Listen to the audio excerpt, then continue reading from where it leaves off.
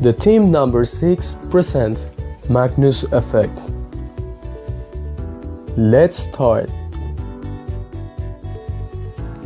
A very important theory in daily life is Bernoulli's theory, which is linked to the Magnus Effect. To describe this phenomenon, let's think of a ball. When an object of cylindrical shape is dropped, in this case a ball, the object drops without further effect due to gravity. However, the air around them forms symmetrical current lines, or, on both sides of the object, the air behaves in the same way. On the other hand, when the same object is dropped by rotating it on its own axis, the current lines do not remain symmetrical, but the physical phenomenon called Magnus Effect is generated,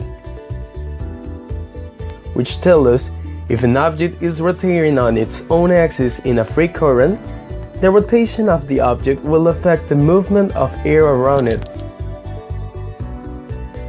According to the previous thing, the speed will increase in a part when taking into attention the speed of rotation, the same direction and sense of the fluid, and it will decrease in the opposite part. Obviously, in this case, the speed have opposite sense.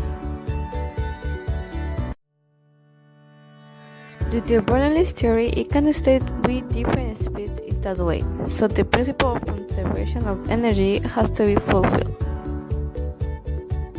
So now you remember what I'm talking about, I will refresh your memory with the following equation. If the speed is different but the term is constant, the pressure has to be different, right? Effectively, this is what happens, a pressure difference occurs. As you know, difference in pressures leads to appearance of force. Well, in this case, a force will appear perpendicular to the full flow that will move the object to the point of less pressure. Therefore, how much is this force worth?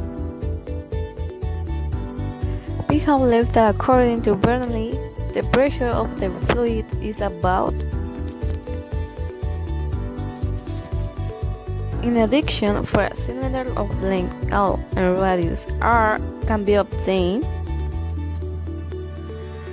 To obtain this force per unit length of the cylinder, please, the previous equation is integrated with respect to the angle between O and 2 parts. In this way, you get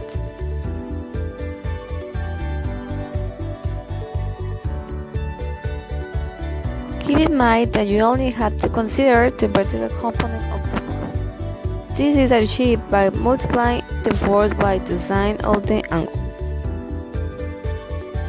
In the last equation, ρ is the density of the fluid, v is the velocity, and omega the angular velocity of the cylinder. Now let's go to the most entertaining part. Do you have an idea of how the effect will look like? In the following video, you can see how the trajectory of the fall in free fall is modified by applying a rotation on its own axis.